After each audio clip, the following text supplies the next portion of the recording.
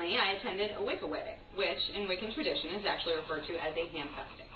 The guests had varied reactions as the ceremony and altar displayed some decidedly non-traditional wedding items, cauldrons and burning sage among them.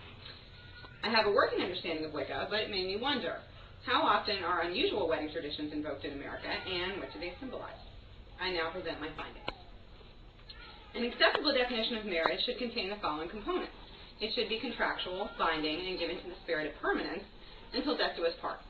Love is a deeply personal and consuming affair, so it goes to follow that the engaged couple will personalize their ceremony to fit religious beliefs, their passions, or their relationships, sometimes all three. But what happens, though, when the happy couple is Wiccan, adore Renaissance festivals, and just happen to be two women? The basic concept of marriage is universally understood. The trimmings, however, can vary wildly. First, we'll take a look at the traditions of a few typical religious wedding ceremonies. The three I've highlighted are Jewish, Wiccan, and Hindu. Next, we'll explore the options available for couples who share an overriding passion for a themed subject. Finally, we'll discuss how the people that enter into a relationship can shape the ceremony itself. In America, when we picture marriage, it routinely involves a bride dressed in white being escorted down the aisle of a church with her father. But America is also a land of religious freedom, and so, for some brides, the dress will be red and tattoos will be applied, not covered. In other weddings, couples will break glasses or hop over brooms, all to incorporate their religious belief system into their nuptials. The fastest growing religion in America is Wicca. Estimates put the head count at 750,000 to 1 million, and that was back in 1999. The current American Jewish population is 6.5 million. The current Hindu population, though more prevalent worldwide than Jews, is only estimated to be about 3 million in America. Those that belong to minority faiths, such as the ones mentioned, often make it a point to incorporate their spiritual beliefs and traditions into their marriage ceremony. For Hindus, the color red symbolizes abundance and joy. The traditional color of the bridal sari, it is also the color of the mehndi, the elaborate application of henna to the hands and feet of a bride. Traditional bridal mehndi patterns are the most distinctive, elegant, and complex. They are said to be representative of the tenderness, softness, and mystery of a woman's heart. In Wiccan handfastings, a specially woven cord is tied around the bride and groom's wrist, binding them together as an integral part of the ceremony. Many couples stay tied at the wrist for the duration of the whole evening. The practice has its roots in medieval times and is a physical metaphor for spiritual bonding. Handfasting goblets have become popular wedding items, so that the newly married couple can give a toast with their wrists still fettered. Wiccans also employ a jumping of the broom right after they are joined. The tradition stems back to Roma people, better known as gypsies.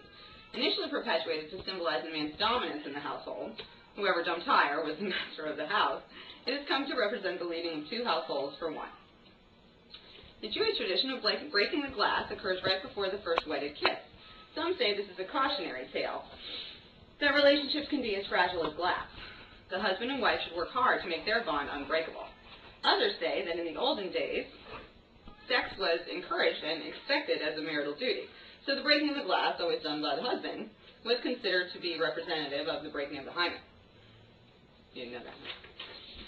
Many couples share a strong connection with God, but some designate a similar devotion to Klingon, Shakespearean English, or parachute strings. For couples that share a vested passion, planning a wedding introduces or includes their loved ones in that passion is a way of reinforcing their marital bond.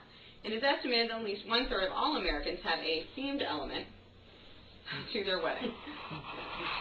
The three most common are as follows. The thrill-seeking varieties, such as skydiving, which is quite prevalent in Vegas, the premier destination for themed, unusual, or spontaneous weddings.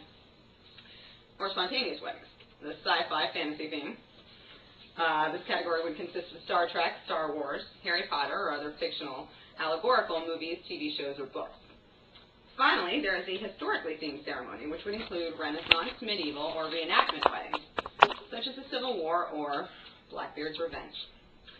In the latter two categories especially, the die-hard enthusiasts insist that every detail must be perfect. The Klingon verb conjugation in the vows, for example, or the brocade and boning of the corset of the bridal gown. There is a bustling internet industry that caters to every theme need imaginable, with interesting and occasionally hilarious results. Themed weddings can illustrate how a couple met, what they love about life, and the fact that they love to share it together.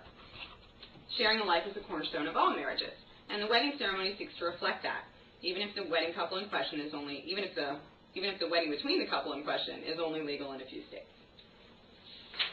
Same-sex weddings tend to be more focused on the joy of marriage itself, because as we know, this type of union is only available in 2 states. As far as traditions go, same-sex weddings are a brand new enterprise, and thus don't yet embrace the occasionally outlandish nature of their more traditional counterparts. Ceremonies are simple and intimate and tend to focus more on the uniting of the couple and the elation felt at being able to enter into a legally recognized binding contract. Whether it is a vast party with every relative one can imagine, the couple and their trusty justice of peace, or a best man in fetching pantaloons, weddings should fit the bill for the most important guests, the couple themselves. At the wedding that inspired me to produce this speech, I was the couple's photographer. The bride requested that I get several shots at the altar, and while doing so, I inspected many of the items on it. Nothing appeared to be akin to a traditional church wedding, yet the joy, love, and revelry surrounding the happy couple was exactly the same. It made me understand that, though there are seemingly an endless array of ways to say I do, in the end, it's the doing that counts. Okay, class now.